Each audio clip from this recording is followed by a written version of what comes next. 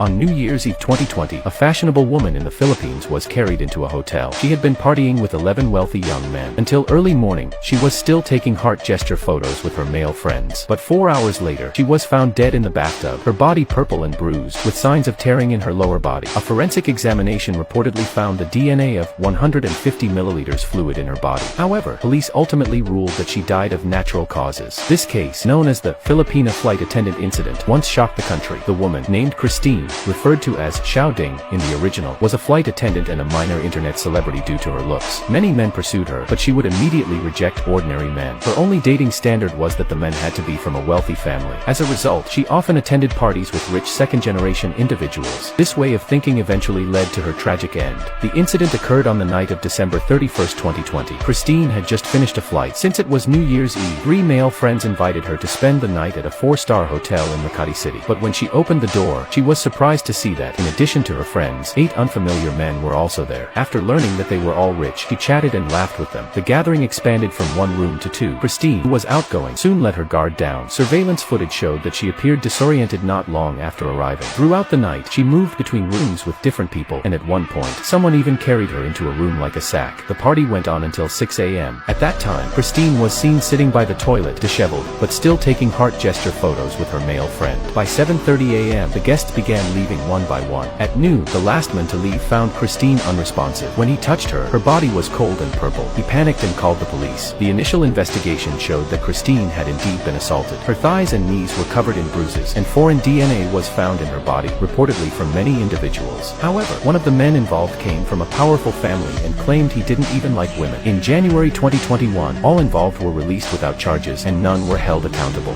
The case was closed due to insufficient evidence, and the death was officially classified as natural. Christine's mother reportedly grieved deeply, holding her daughter's photo and questioning how such a case could be ruled a natural death. She pleaded for a reinvestigation but was ignored. As of now, the men involved are said to be studying abroad, inheriting businesses, or dating, seemingly unaffected. Christine's so-called trustworthy male friends were accused of leading her into a trap. The lesson some have drawn is that real friends don't leave you alone with strangers, and that chasing wealth and status may not always lead to happiness.